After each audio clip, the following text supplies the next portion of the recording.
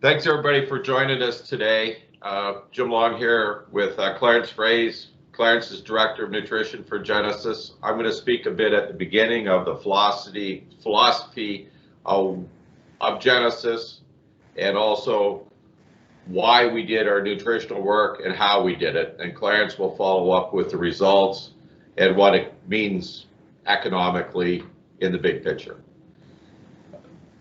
Part of it is got to step back what Genesis is. We've always believed that feed intake is important more than just post-weaning growth. It's for the uniformity, the robustness, the results in lactation, gestation, intakes, etc. Part of the intakes, part of the philosophy is as you all know, for the last 20 plus years, we've had a big focus on making pork that is a good eating experience. So part of this, we want to have meat quality. So it's a combination of things we've always worked at addressing. And when it's all put together, we have to do all this with a competitive cost of production. So our focus has been on producing an excellent consumer eating experience while producing a competitive cost of production for the producer, decreasing back fat depth while improving marbling, holding feed intake constant, increasing growth rate to improve efficiency. Next slide, please. So the sire line index, which we use to select the Durocs, you can look at it. 53% of our selection pressure is on feed intake and days to 265. So those things are, big focus on growth. Big focus on growth since the beginning of the company. And part of to get the growth, you have to have intake. Pigs that don't eat don't grow. And if you were to look at our maternal line index, you see tremendous pressure on there relative to competitors on growth. Then you flip to the other side, there's 47% of the sire line index is focused on carcass traits, including marbling. So we've been very focused. Growth-related issues, which tied to intake, and then carcass, but part of the carcass is to have better taste, better flavor, which is what the marbling does. Next slide. So what we've done is we ended up with intermuscular fat higher than the competitors. Commodity pork is what everybody else is. Genesis has looked at, I guess I'd say this, the competitors are over on one side, and then Genesis is over on the other side by ourselves, because how we approach genetics is significantly different than any other major competitor. Next slide, please. So one of the challenges we had is we looked at it and go, okay, we know our pigs grow faster. We know we have better meat, marbling, and our feed intake is higher. So, but we'd see results in the marketplace, and people would say it costs more to produce a Genesis pig. Part of that, to address that, would to make a leaner pig that didn't eat as much, which if you do that, you take away the taste, but you also take away the growth. You put a lot of pressure on having a lean pig, higher feed efficiency, or feed conversion as some people call it. It ends up making a pig that doesn't grow as fast, and invariably it dies more. So we looked at it, we said, okay, we see the positive sides of where we are with our attributes. How do we feed our pig? Maybe that's our issue. And then we knew that we were different, so we thought we better address it. Instead of change the pig, figure out how to feed the pig. And we're a genetic company, we're not a nutrition company, so we had to look at it different. Next slide, please. So we made a decision to contract a research facility called Rock Lake, and it's near Marshall, Minnesota. And we went at this very, very intensively. We did 30 trials, 1,200 pigs in each trial. They were all Genesis F1 females, sired by Genesis Duroc. Over 30,000 animals completed this trial. When you look at the aggregate investment of what we put into this, it was $4.3 million. It was significant, but we knew we had to address the differences that we have versus everybody else. So But we didn't want to change the pig. We want to figure out how to keep the pig the way we have. Next slide, please. So the barn had a 1,200, the facility had a 1,200 head nursery and two 1,200 head finishers. So 1,200 pigs went in every 8 weeks into the nursery, then they moved through the system. The pigs were split by sex and randomly allocated in a randomized complete block design with weight as the block. 25 pigs went in the pen, each pen. There were 12 pens per treatment, allowing to us to evaluate up to 5 different treatments per group. What that means, there was 5 feed bins on the nursery and 5 feed bins on each finishing barn. So at any one time, we were feeding up to 15 different feeds, trying to figure out what was the best feed for the Genesus pig. So the pigs in the nurseries, they arrived, they were weighed when they arrived, they were weighed again at day 7, day 14, day 21, day 28, 35, and 42. And what we did was calculated the average daily gain, average daily feed intake, and the feed to gain. These frequencies could change a little bit on the trial, but that was the protocol. There was an automated feeding system that recorded the feed in each feeder. It was a big Dutchman system. It is a big Dutchman system, and it worked very well. Next slide, please. In the finisher, those 1,200 pigs went in there as the same group. So there was still 25 pigs in a pen. The pigs were weighed again on day 0 when they were there, when they arrived. 14, 28, 42, 56, 70, 84, 98, and 111. So once again, calculate the average daily gain, average daily feed intake, and feed to gain in these frequencies. So I think you're seeing the amount of work that went into this. It's part of the reason why it costs so much money to do. Once again, they had the finisher has the automated big Dutchman feed system in it, which measured the feed. And all the time through this, in the finisher, we were doing ultrasound on these pigs. Because what we want to do is measure how much muscle depth they were getting in back fat in each phase. Also, we were taking tissue samples to measure to track them in our genomic program. To do a genomic test is $25 a pig. So that information, we had that information that we can tie back to our genetic program, so we can utilize this information not only for developing our feed, but how we can keep improving our genetics. Pig died, it came off, they weighed the pig when it died to try to recalibrate the information. One thing of significance here, the pigs went in there, were PRRS positive, mycopositive. This site was not a high health site. We had multiple PRRS breaks during the events of the 24 different groups or 25 groups we went through there. So it was real world. We put them in real density. And so these results, I think, are very good, are very reflective of the reality of our pig in a commercial market condition.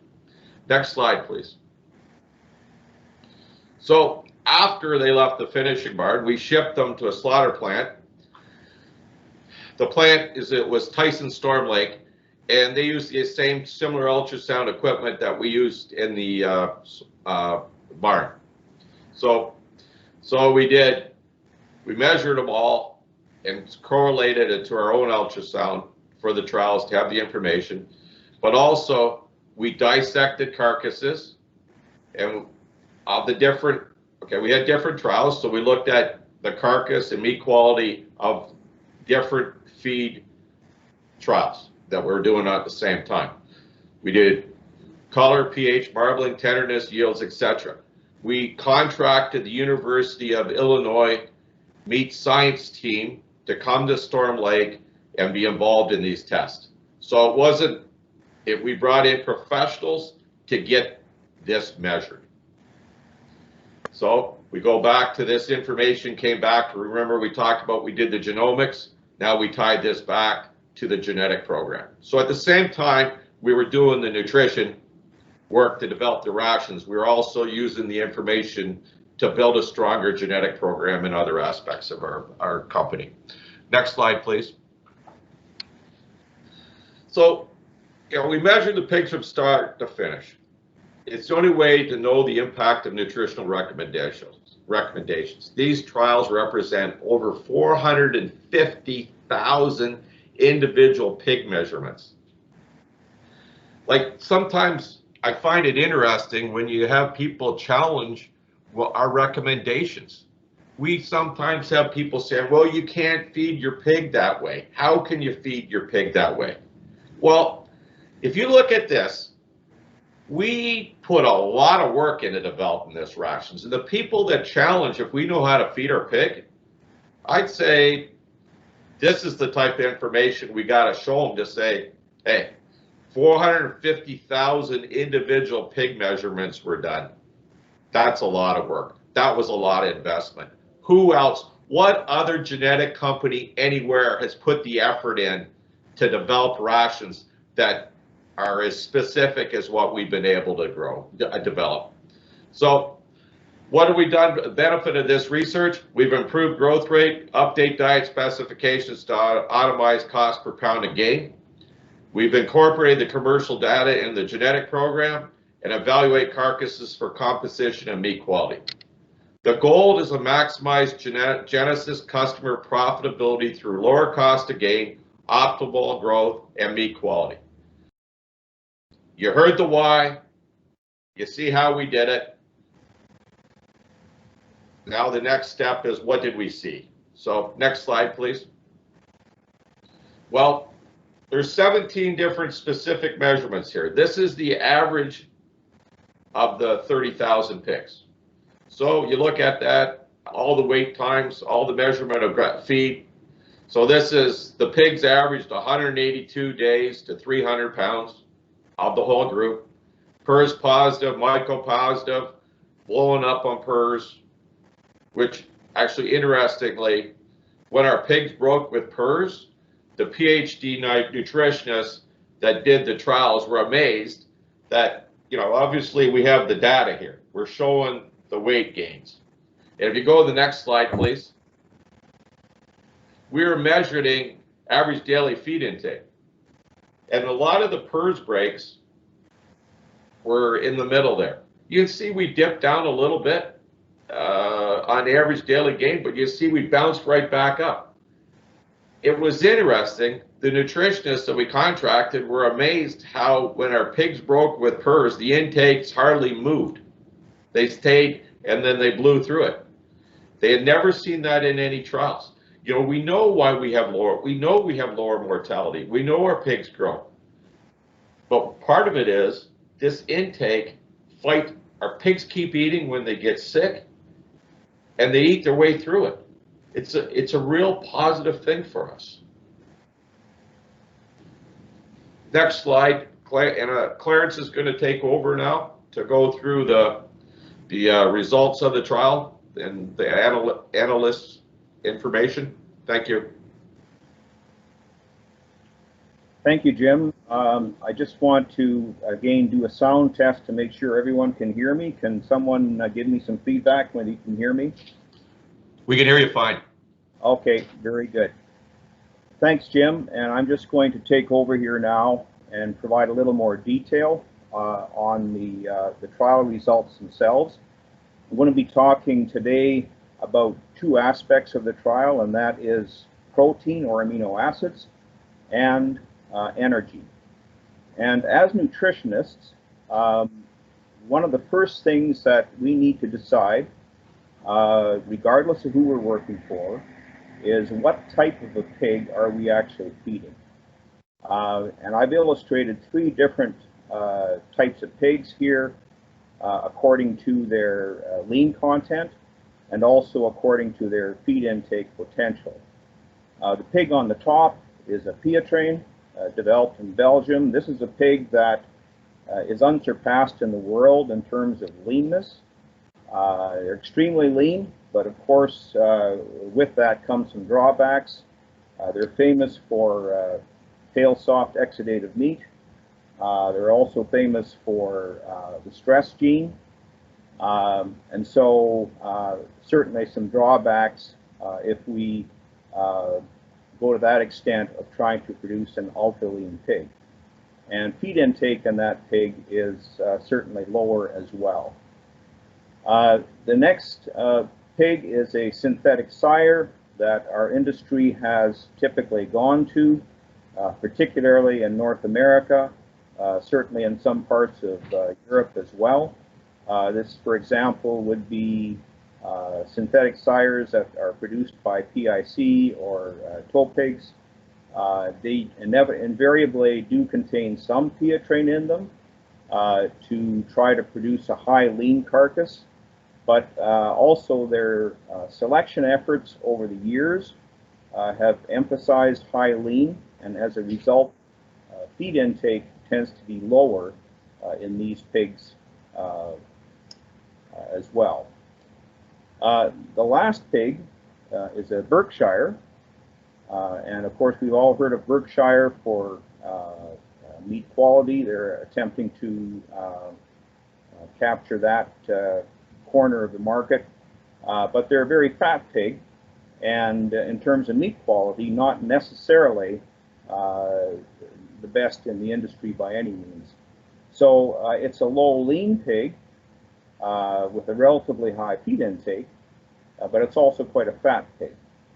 So all of these categories require much different requirements for protein and much different requirements for energy.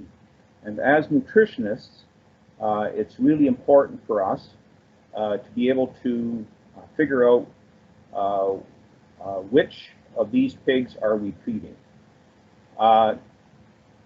In the case of Genesis, that was really the question that caused us to undertake these trials, is do we have feeding recommendations that are similar to what synthetic sire recommendations would be, or do we have recommendations that are closer to how you might feed a Berkshire pig, or indeed how you might feed a Pietrain pig?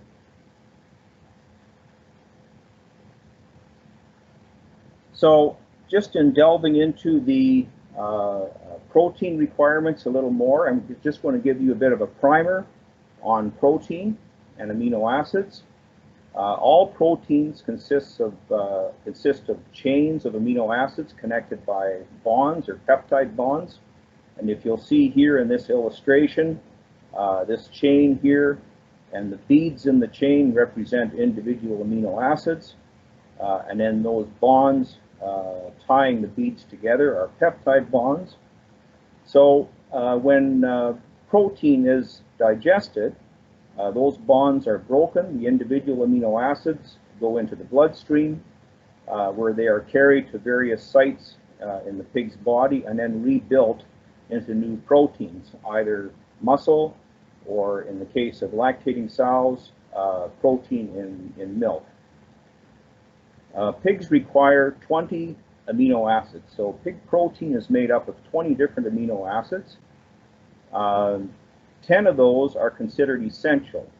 And what makes those 10 essential is that the pig cannot synthesize or reproduce enough of those particular amino acids in its body on a daily basis to meet its requirements.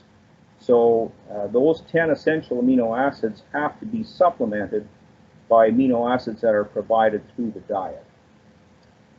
The amino acid that's in shortest supply in most feedstuffs relative to the pig's requirement is lysine. So the bottom line is, if we can satisfy the pig's lysine requirement, then we will have satisfied its requirements for the other 9 essential amino acids as well. Just as a sidebar here, crude protein is simply a lab measurement which measures the amount of nitrogen detected in the feed sample. So you can see that all these amino acids contain the nitrogen atom, and so basically all we're doing when we're measuring crude protein is it's an expression of the level of amino acids in the feed sample. So I've introduced you to lysine, and so one of the primary goals at Rock Lake was to determine the response of Genesus pigs to lysine levels.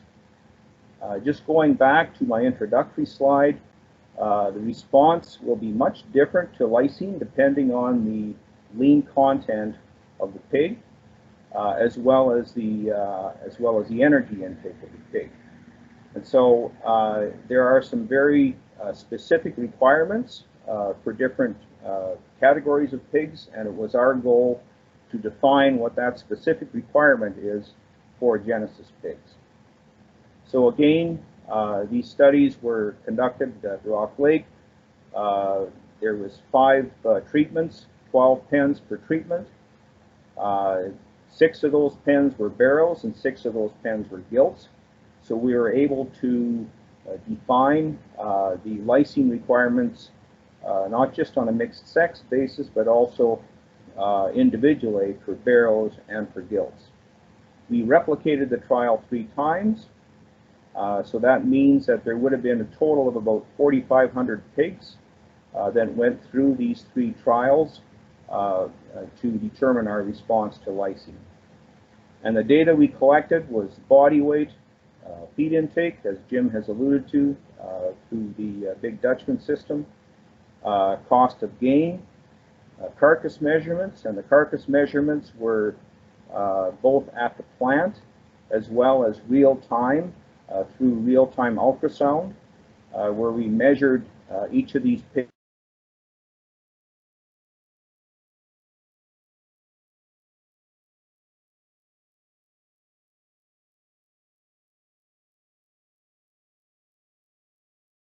loin muscle depth.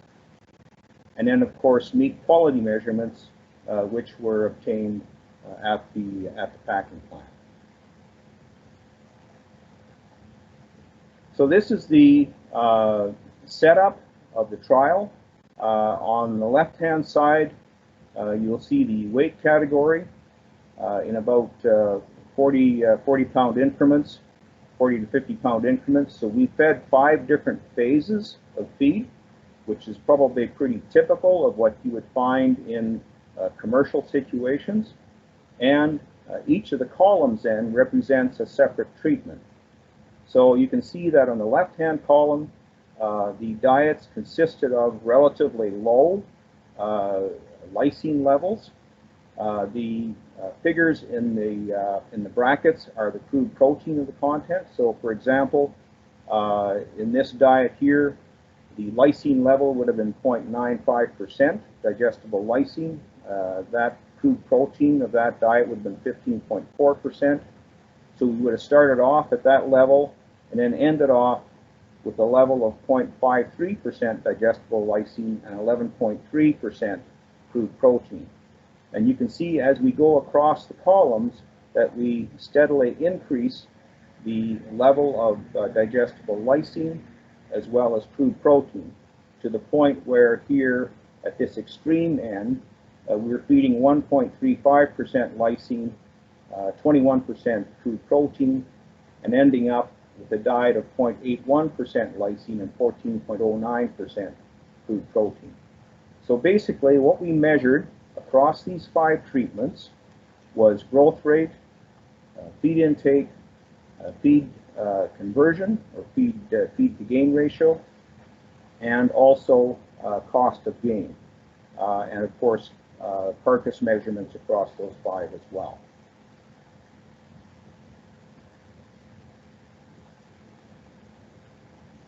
So this next slide illustrates the response of Genesus pigs to those various treatments.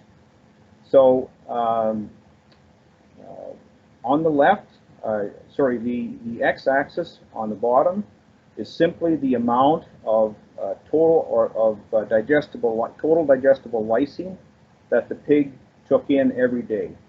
So on this treatment here, the pig would have taken in 17.4 grams of digestible lysine, and on the extreme right, those animals would have taken in 26 grams of digestible lysine. So almost about a 9 gram per day difference in the amount of lysine that those animals took in. So if we have a look at the response of the pigs to those varying lysine levels, first of all, the bars that are colored in red represent daily gain. The bars colored in blue represent feed to gain, and then the bars colored in green represent cost of gain in terms of cents per pound. So you can see that as we increase the daily SID lysine intake, daily gain goes up to a point somewhere around, once we reach around 21 grams of digestible lysine per day, we get no more response in daily gain.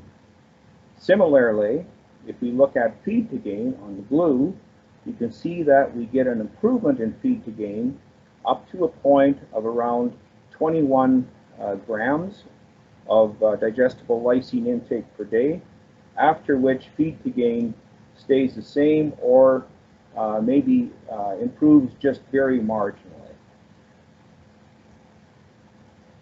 Finally, cost of gain, cents per pound, you can see that on the green line, it gradually rises as the lysine intake of the pig increases. And of course, the reason for that is that these diets with the higher lysine levels, of course, are more expensive.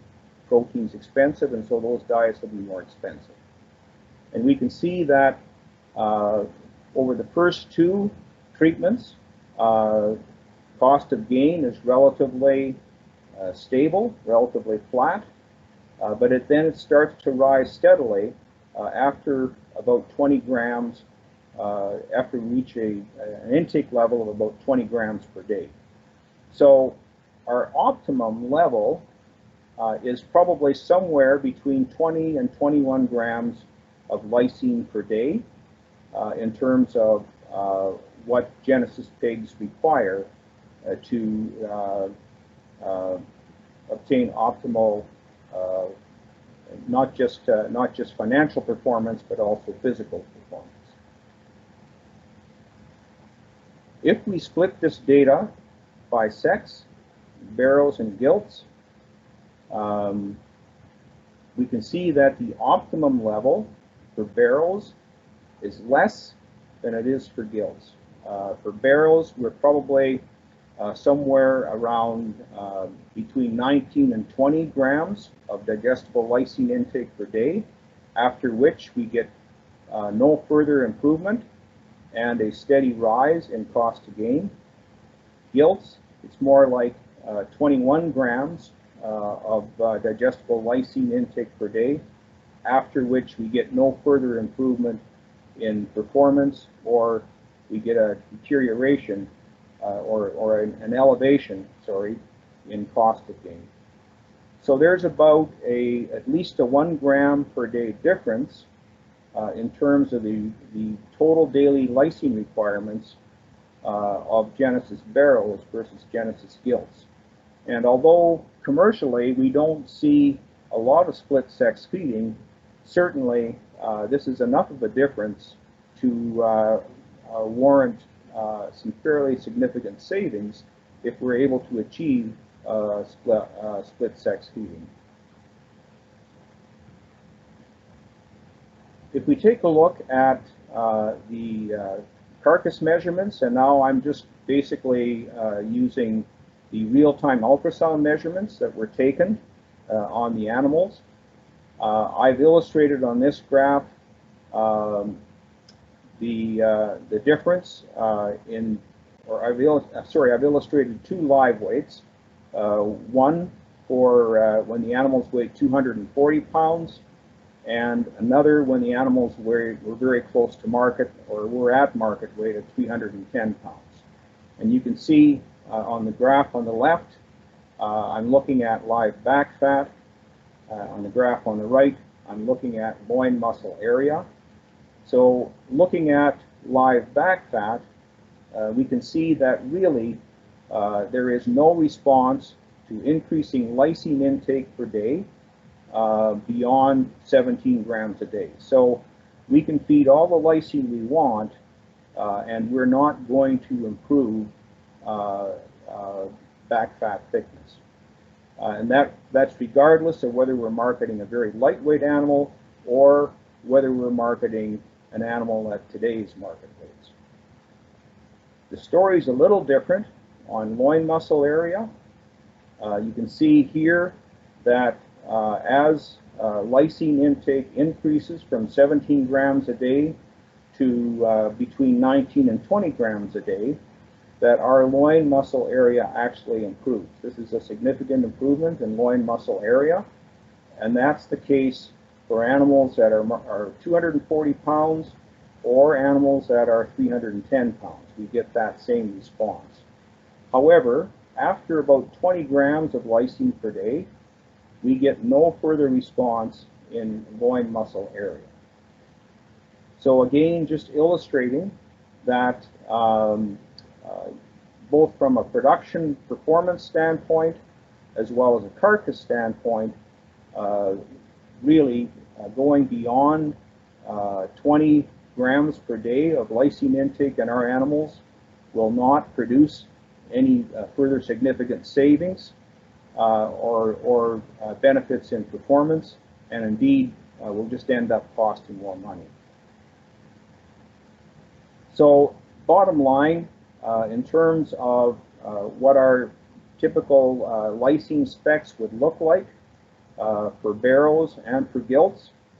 So for gilts, for example, we would start off with a diet at about 1.15% digestible lysine, and then gradually decrease that down to about 0.67% lysine by the time the animals go on to their last finishing diet. For barrows, it can be less. You can see that at the beginning we're about 1.03% digestible lysine, and for barrows we can go all the way down to 0.6% digestible lysine in their last finishing.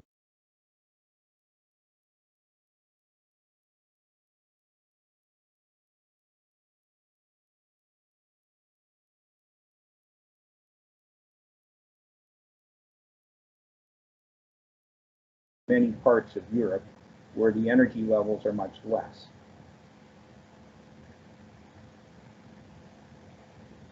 So that's really all I want to say about protein and lysine and and the results we obtained at Rock Lake in terms of defining what the lysine levels should be specifically for Genesus pigs.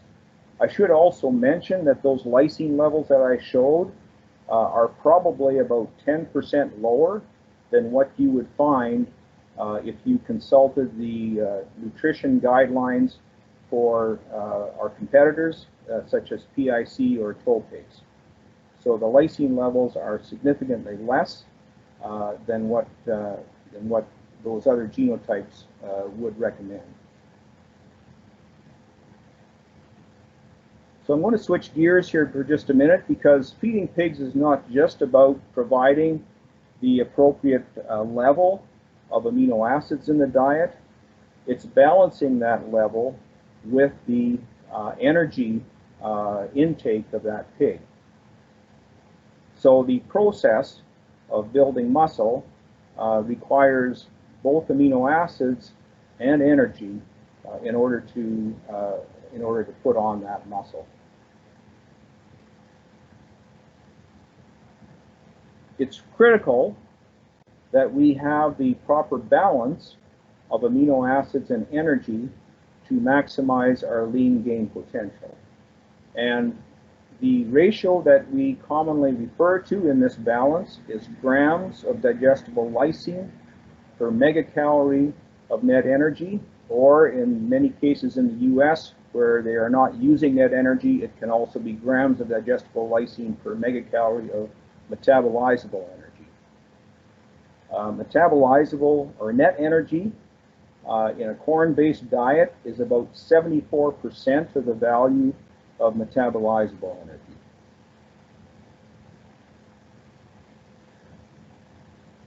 So what happens if we don't get that balance right?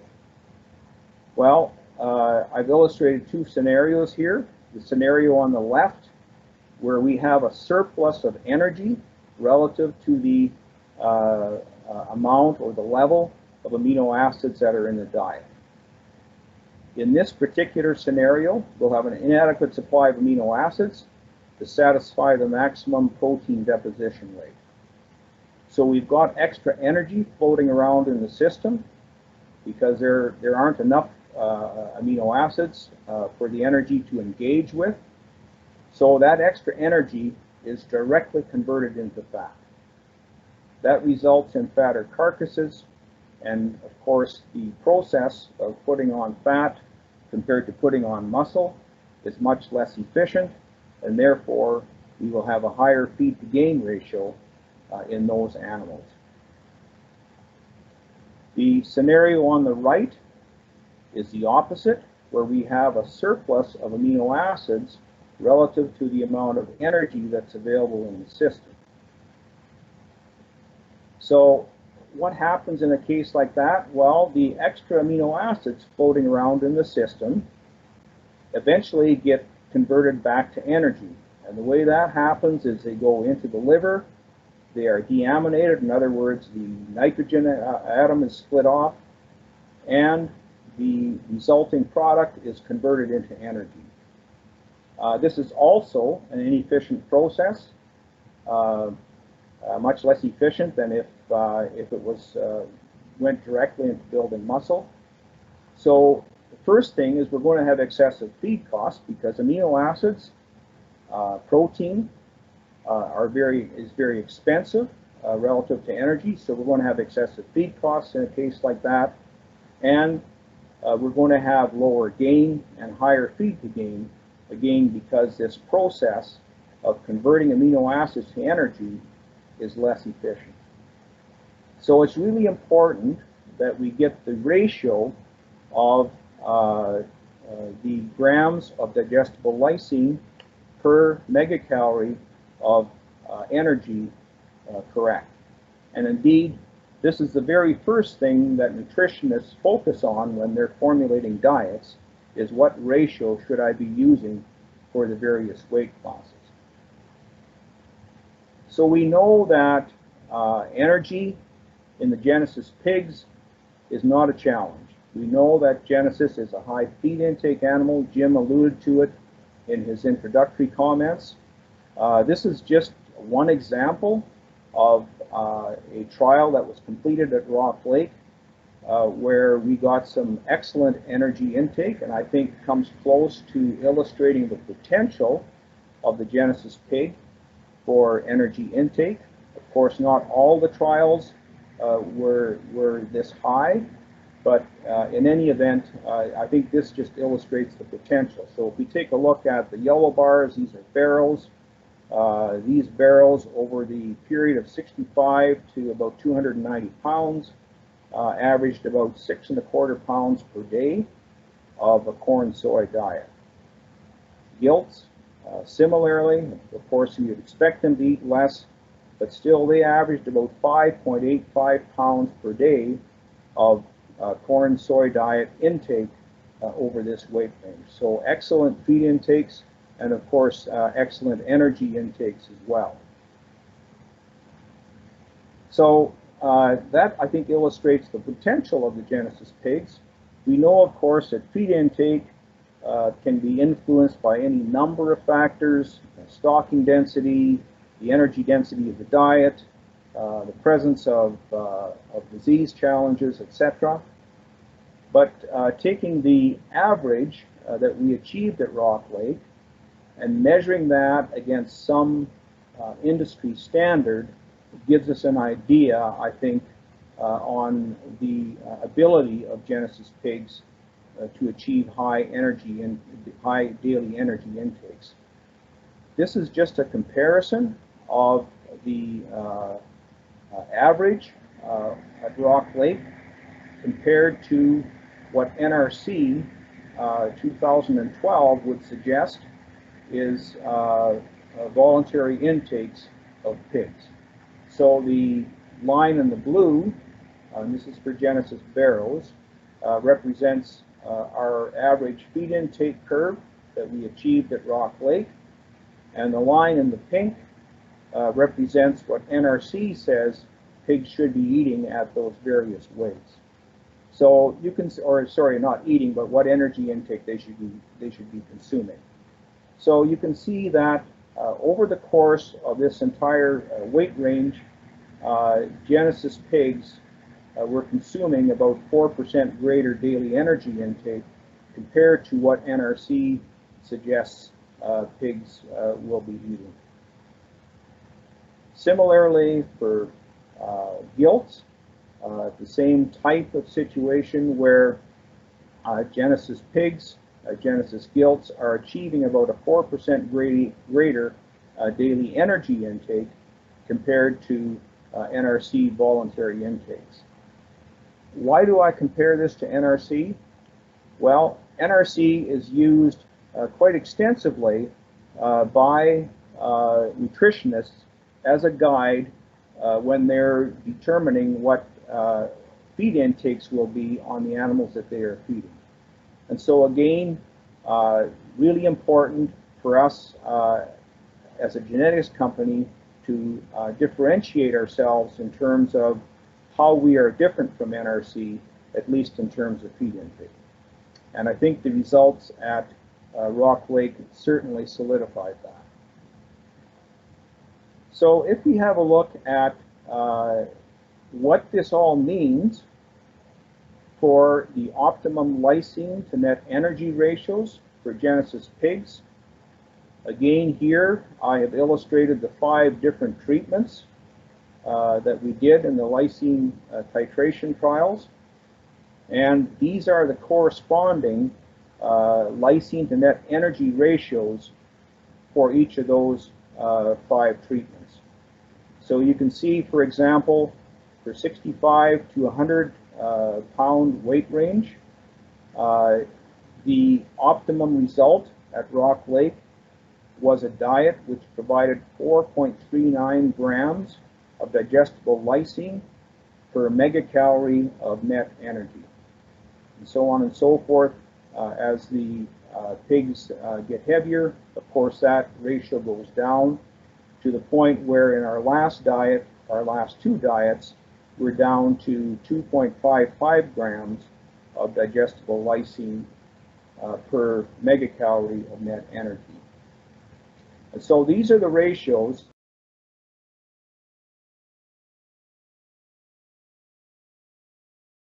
for building their diet and for determining the eventual lysine levels that they will put into the diet. So how do these ratios that we derived at Rock Lake compare to our competitors? In this slide, I've illustrated 2 other companies. Genesus, represented by the bars colored in the light brown. Toll Pigs Temple, represented by the bars colored in pink. And the PIC 337, represented in the bars colored in red. So you can see at each of the different weight ranges that the Genesus lysine to energy ratios are significantly less than Toll Pigs Temple or PIC.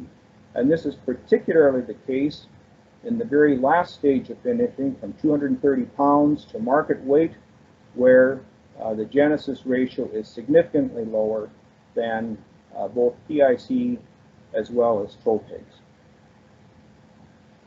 What does this mean in terms of diet formulation by having these lower ratios?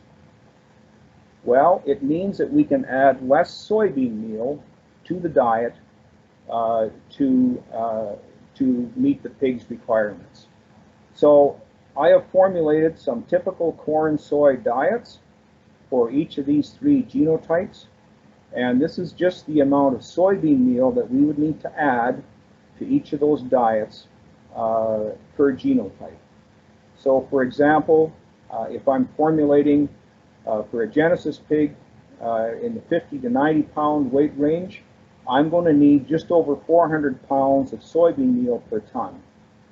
If I formulate based on toll pigs' recommendations for their pigs in that particular weight range, I'm going to need closer to 475 pounds of soybean meal.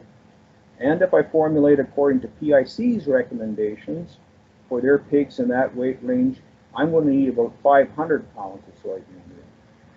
And so if we go through the different weight ranges, we can see that at each category, each weight range, Genesus requires significantly less soybean meal than toll pigs or PIC to achieve the recommendations to feed their pigs, to meet the recommendations to feed their pigs. How does this translate into costs? In this slide, I've just illustrated the diet ingredient costs, and I've taken ingredients, these are southern Minnesota costs as of last week for corn and soy and amino acids and corn DDGs. So again, I've just illustrated Genesus in the brown, toll pigs in the pink, and PIC in the red. And on the y-axis is just the ingredient cost in terms of dollars per ton. So again, we can see that Genesus is significantly lower ingredient cost per ton in each of the weight categories compared to toll pigs or PIC. The average difference, if we average across all these weight categories, we're averaging the cost of the Genesus diets are about between $15 and $16 per ton less than if I was formulating diets for toll pigs, and if I was formulating diets for PIC, and these are their new guidelines, 2021. The average difference is between $11 and $12 per ton less for Genesus pigs compared to diets formulated for PIC pigs. So it's absolutely critical for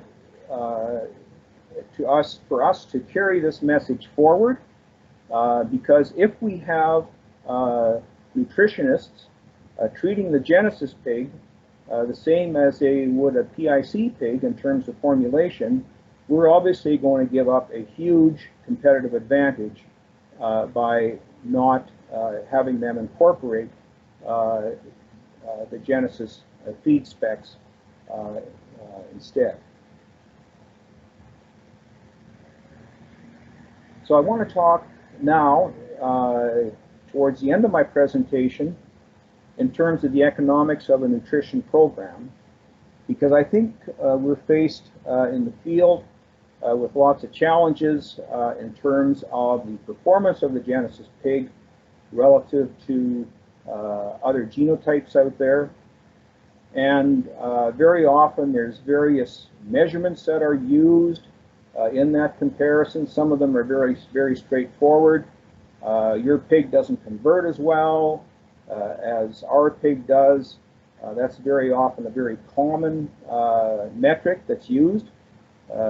Overly simplistic, I might add, but nevertheless, it's one that very often decision making is based on. Your pig costs more to feed than our pig does. That's another common challenge that we all face.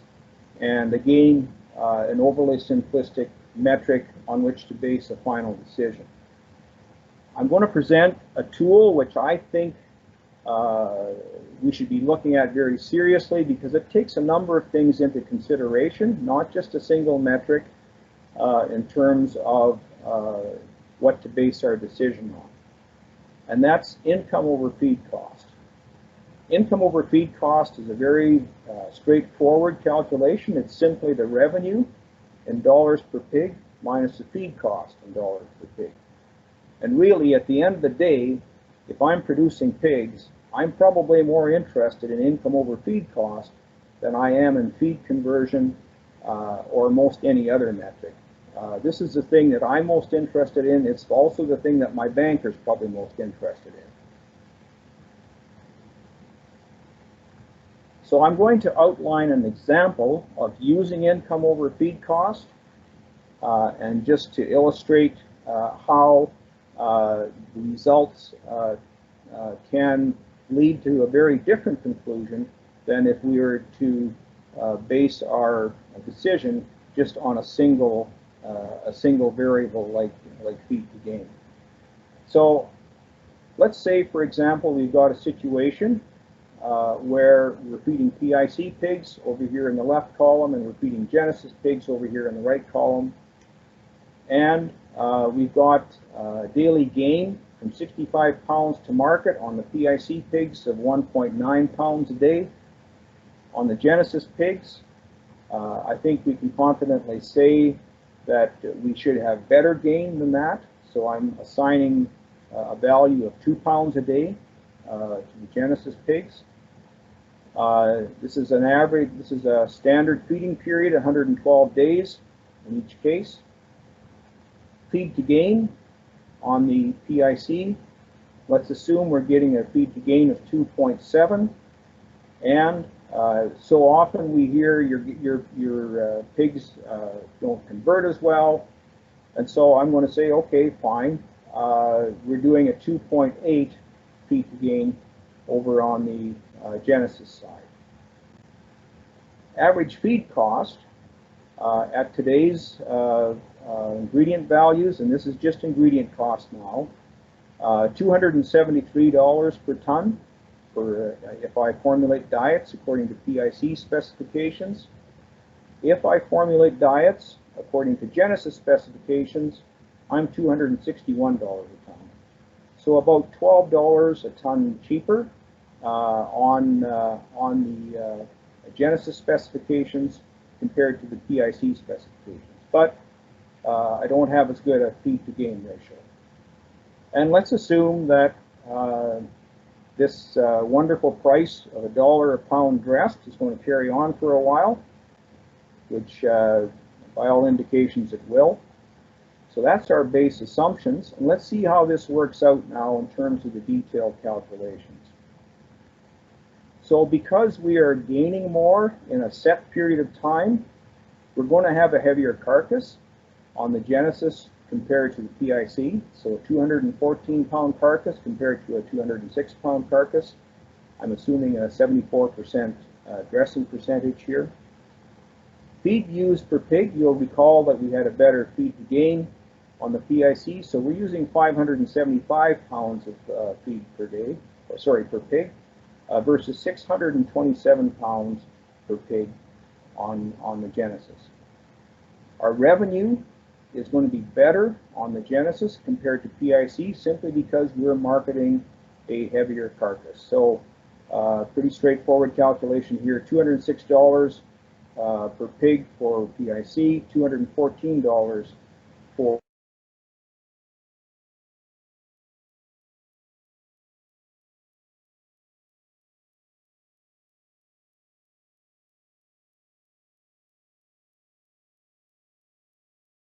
Genesis than it is on PIC, $78.49 versus $81.82. So a difference of about $3.50, roughly difference there in terms of a greater feed cost for Genesis.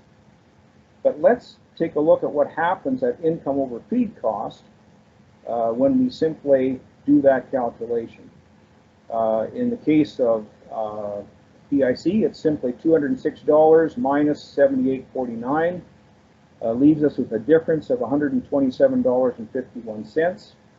Doing that same calculation on Genesis leaves us with a difference of $132.18. So we have a difference of about close to between $4 and $5 advantage to Genesis pigs over PIC. And this is in spite of Genesis pigs not converting as well. And this is also in spite of the feed cost per pig being higher in Genesis. So it's really important to do this calculation to really get to what the bottom line is.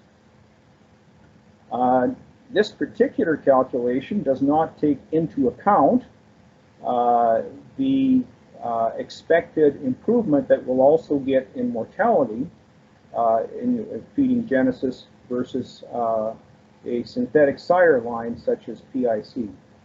For every 1% improvement in mortality, we probably can add another $1.40 to $1.50 per head to this difference.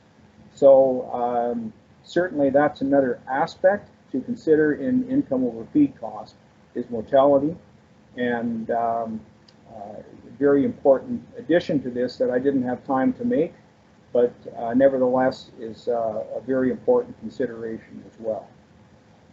So I think bottom line is that you know, rather than just say, well, okay, yes, our pig doesn't convert as well, that's fine, given our pig doesn't convert as well.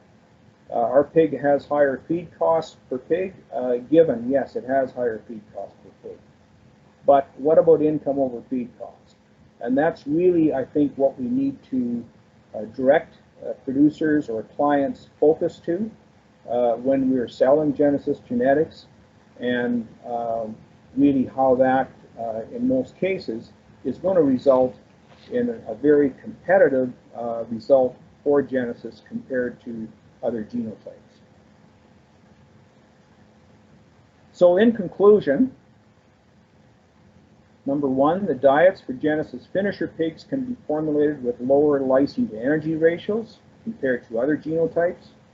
And we spent, as Jim said, we spent a lot of money at Rock Lake to determine that. Secondly, using Genesis diet specifications for Genesis pigs will capture significant feed cost savings and produce very competitive results. And thirdly, income over feed cost is the best measure of profitability when assessing the feeding costs of different genotypes. That concludes my presentation, and Jim has come back on. I think at this point in time, we can open it up for questions. Just a minute before we do that. Thanks, Clarence. I guess the one thing, what we hope to show today was the why we did all this work, the how, why of the work, the results of the work, and what it means to the opportunity for maximizing profitability for our customers. I mean, if you look at this, we go back to the philosophy. We wanted to produce a pig that with a competitive cost of production that had better tasting pork. I think this illustrates that we have a competitive cost of production. And that's a key part of how we can bring that profitability to our customers. So